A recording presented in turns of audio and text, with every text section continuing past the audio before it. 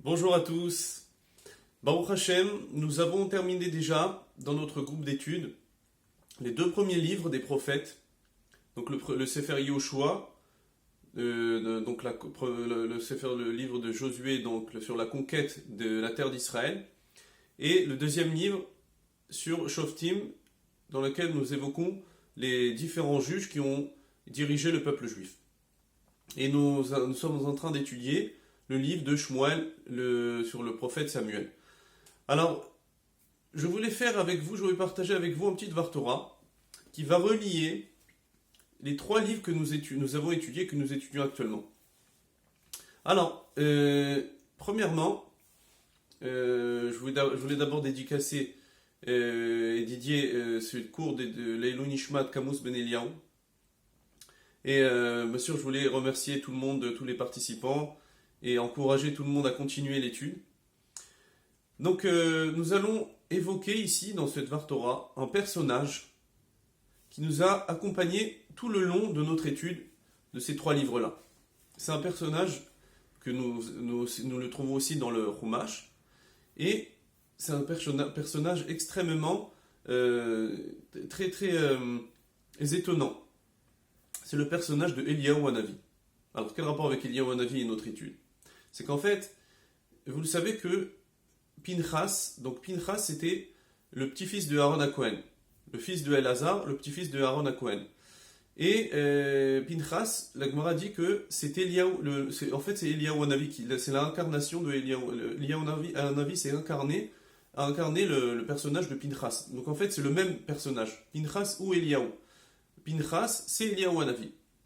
Et quand nous évoquons Pinchas dans la Torah, ça veut dire que nous parlons de Eliyahu Hanavi. Alors, déjà le personnage de Pinchas, donc c'est bien sûr dans le Chumash nous l'évoquons, mais nous allons donner plusieurs sources, 4 sources différentes dans lesquelles nous trouvons le personnage de Pinchas qui a vraiment vécu pendant des centaines d'années, donc c'est une question de plusieurs centaines d'années, il a toujours été, nous a toujours accompagnés pendant toutes ces périodes-là.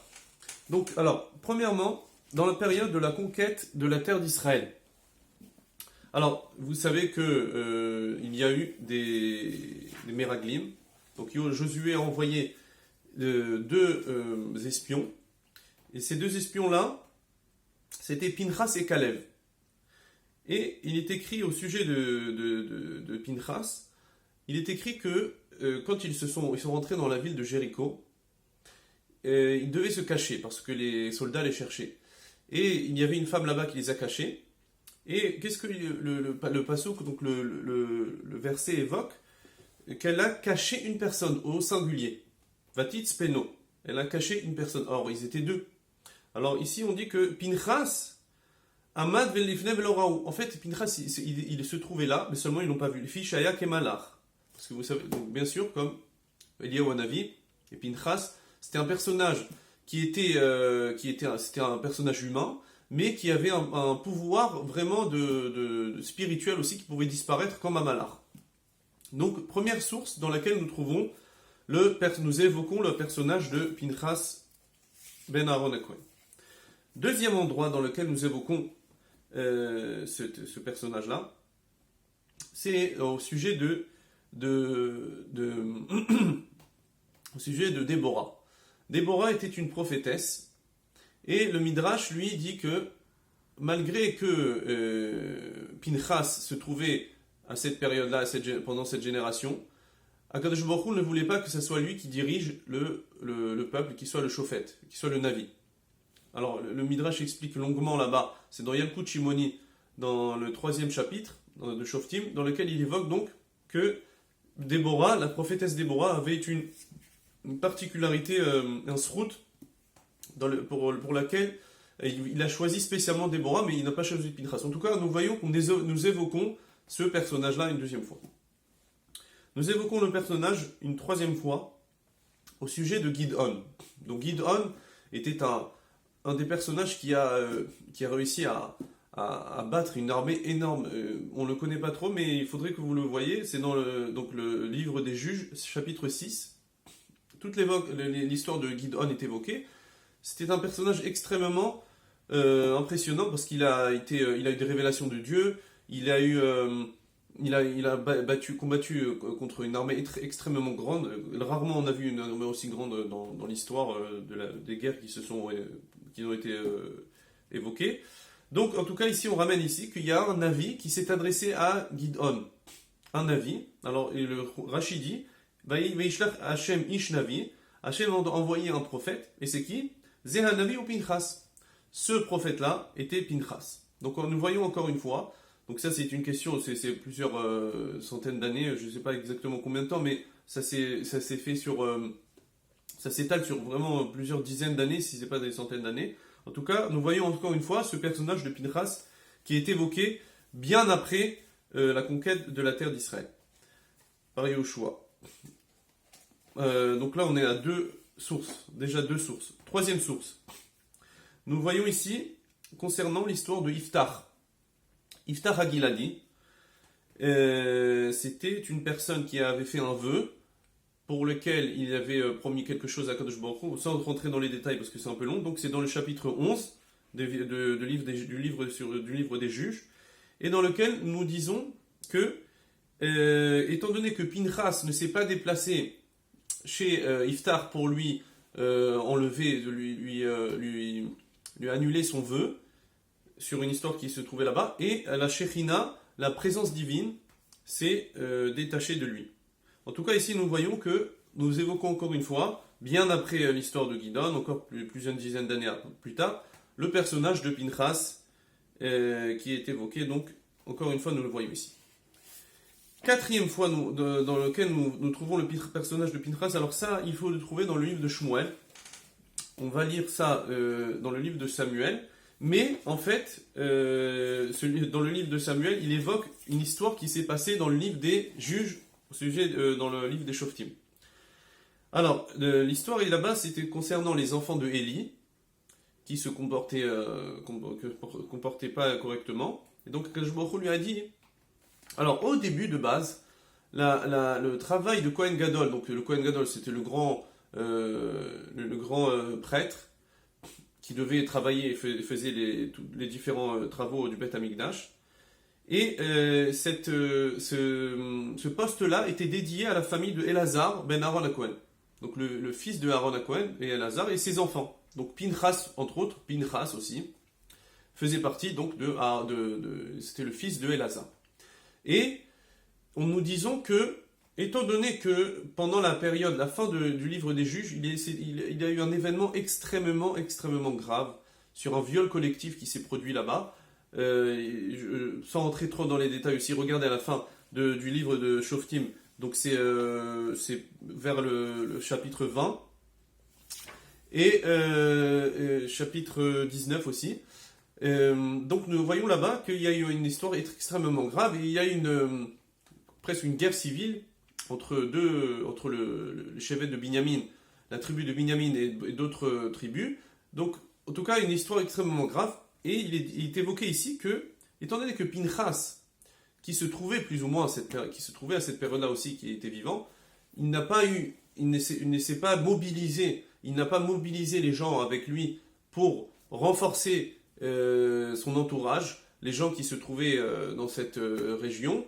Et donc, à cause d'eux, nous sommes arrivés à une situation extrêmement grave d'une guerre civile et de choses extrêmement abominables.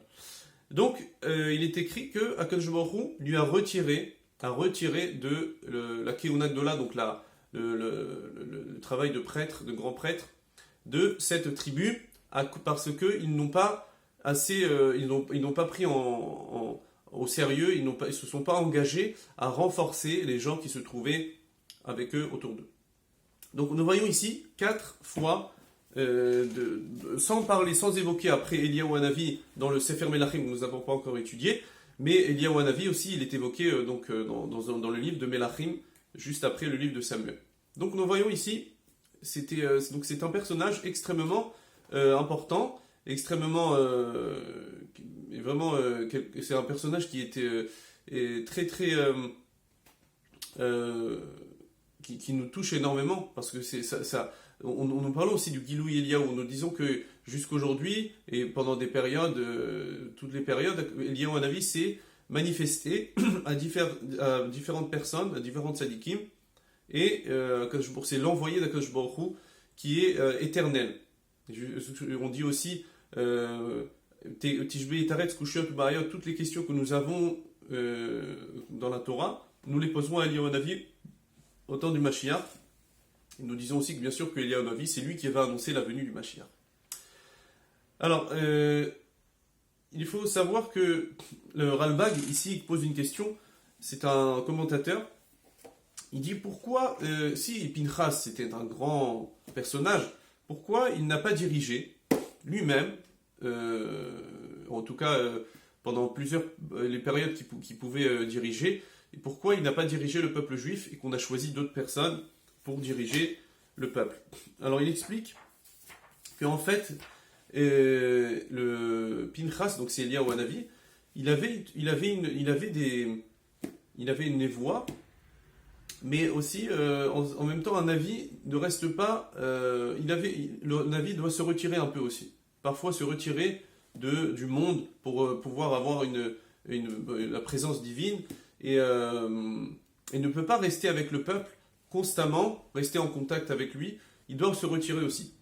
Et aussi bien sûr qu'il y a Hanavi, comme vous savez, il apparaissait, il se retirait toujours, c'est des apparitions qu'il faisait, donc c'est pour cela qu'il n'a pas dirigé le peuple juif pendant ces périodes-là. Alors, petit point pour éclaircir un petit peu le fait que Pinchas a eu ce mérite-là de pouvoir vivre pendant aussi longtemps, donc éternellement. Éternellement, il a vécu.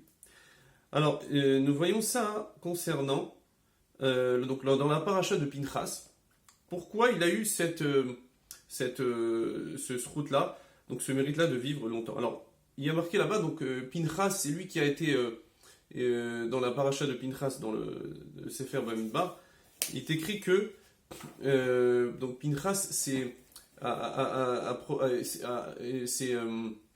manifesté pendant une période qui s'était mal passée par une personne qui se conduisait mal, sans rentrer aussi dans les détails parce que c'est un peu long. En tout cas, il a pris il voulait venger l'affront qu'on a fait à Kadosh Baruch Hu.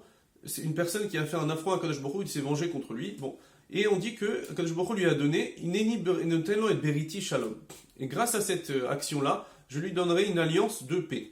Alors, le Rabbeinu Bechaye, c'est un grand commentateur aussi, qui dit que c'est quoi Shalom? Veshamati Shamila Inotrikon, c'est les premières lettres de Shelo Lamut. Shalom, Shelo Lamut, il ne mourra jamais. Et on explique ensuite qu'en fait, la qualité d'Eliyahu Hanavi, c'était de pouvoir utiliser deux forces et deux caractères différents, deux qualités différentes. D'avoir le Midat Hadin, d'avoir la rigueur, et aussi en même temps d'avoir la Rachamim, d'avoir la compassion et donc Rachamim, c'est plutôt quelqu'un qui a pitié, qui est miséricordieux.